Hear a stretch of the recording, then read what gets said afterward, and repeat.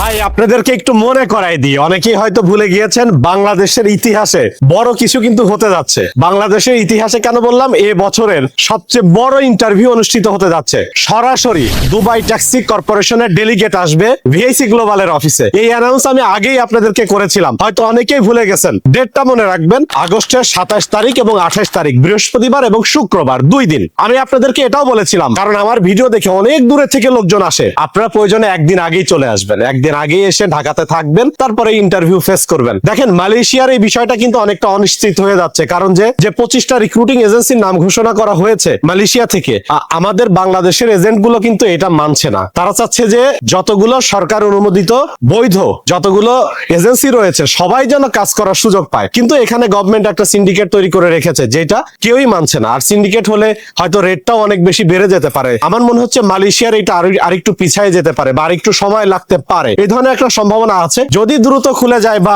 Open হয়ে যায়, মানুষ যদি যাওয়া শুরু করে, তাহলে তো আলহামদুলিল্লাহ খুবই ভালো। মেডিকেল সেন্টারের পর্যন্ত লিস্ট চলে আসছে, কোন কোন এজেন্সি কাজ করবে তাদের লিস্টও এসে গেছে। কিন্তু দেখেন এই যে সরকার এই বিষয়গুলো আসলে সেইভাবে ব্যালেন্স করতে পারছে না। তো যারা মালয়েশিয়াতে যাবেন না, যারা চিন্তা করেন যে না আমি দ্রুত বাংলাদেশ থেকে বেরোবো বা আমি মিডল ইস্টের একটা দেশে যাব, দুবাই হচ্ছে মেগা সিটি, সংযুক্ত আরব আমিরাতের একটা মেগা সিটি বলা হয় দুবাইকে। দুবাইয়ের মতো একটা বড় শহরে আপনি থাকবেন, কাজ করবেন, ট্যাক্সি ড্রাইভার, বাইক রাইডার, তারপরে ভ্যালিড পার্কিং এ কিন্তু দুবাই ট্যাক্সি কর্পোরেশনে কাজ করার সুযোগ রয়েছে। ইন্টারভিউ দিতে হবে, এখানে আপনার কোনো লাইসেন্স থাকা লাগবে না, আপনি জাস্ট শুধু দেখে দেখে যদি ইংলিশ পড়তে পারেন, বাস এতটুকু যোগ্যতা যদি আপনার থাকে, আলহামদুলিল্লাহ এটা দিয়েই আপনি কিন্তু দুবাই ট্যাক্সি কর্পোরেশনে জয়েন করতে পারেন। এবং তারাই আপনাকে ড্রাইভিং শেখাবে, আপনার ড্রাইভিং লাইসেন্সের ব্যবস্থা করে দেবে, এবং লাইসেন্স করতে যে টাকা খরচ হয় তারাই খরচ করবে, পরবর্তীতে আপনার বেতন থেকে আস্তে আস্তে সেটা কেটে নেবে। অনেকেই মনে করেন যে ভাই আমি যে যাওয়ার পরে সেখানে কি করব, আসলে বসে থাকা লাগবে তো, তাই না? কেউ বসে থাকে না, টুকটাক কেউ না কেউ কোনো না কোনো কিছু করে, যদিও এইভাবে কাজ করাটা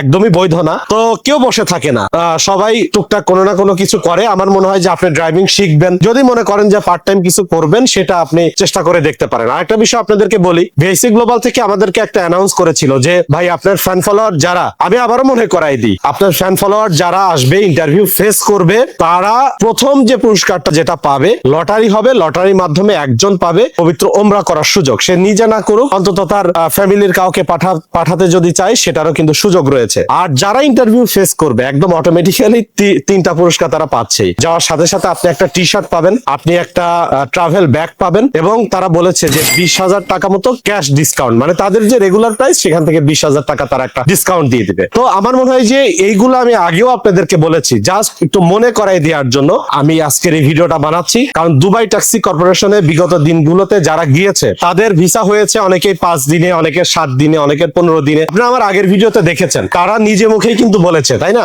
এবং যাওয়ার পরে আলহামদুলিল্লাহ সবাই ভালো আছে। অনেকেই দুবাই ট্যাক্সিতে কাজ করে, অনেক পুরনো, তারা অনেকেই আপনাদেরকে বলতে পারে যে ভাই কেউ আসেন না, এখানে আসলে অনেক সমস্যা, এই সে অনেক বলতে পারে। তাদের কাছে আমার একটা প্রশ্ন, ভাই আপনি তাহলে একটু ফেরত চলে আসেন। আপনাদের যদি এতটাই সমস্যা, এতটাই যদি কষ্ট হয়, সেখানকার নিয়ম কানুন গুলো যদি এতই খারাপ যদি হয়ে থাকে, আপনি কেন সেখানে কন্টিনিউ করতেছেন? একটু বলেন তো ভাই। আপনি অন্য দেশের জন্য ট্রাই করেন, বা আপনি বাংলাদেশে চলে আসেন, আমরা বাংলাদেশে একসাথে মিলেমিশে থাকি। দুবাইতে যদি আপনার এতটা কষ্ট হয়ে যায়, আপনি কিন্তু চাকরি ছাড়ছেন না, আপনি কিন্তু সেখানেই কন্টিনিউ করে যাচ্ছেন। তাহলে আরেকজন মানুষ, তার যদি রিজিক থাকে, সে যদি সেখানে যে দুবাই ট্যাক্সির মতো একটা কোম্পানিতে, এত বড় বৃহৎ একটা কোম্পানি দুবাইয়ের, সেখানে যে যদি সে কাজ করতে চায়, তাকে আপনি কেন বাধা দিচ্ছেন? আমাদের বাংলাদেশের মানুষজন দুবাই ট্যাক্সিতে যদি না যায়, এই জায়গাটা কি খালি থাকবে? নেপাল থেকে মানুষ যাবে, ইন্ডিয়া থেকে যাবে, পাকিস্তান থেকে যাবে, শ্রীলঙ্কা থেকে যাবে, সব দেশ থেকেই যাবে। জায়গাগুলো কিন্তু খালি থাকবে না, পূরণ হয়ে যাবে। আমরা কিন্তু আলটিমেটলি লেবার মার্কেট গুলো হারাতে বসেছি। তো আমরা এই সুযোগগুলো কাজে লাগাই, যে সুযোগগুলো এখন পর্যন্ত আমাদের জন্য আছে। তো সবাই ভালো থাকবেন। ভিআইসি গ্লোবাল যাদের রিক্রুটিং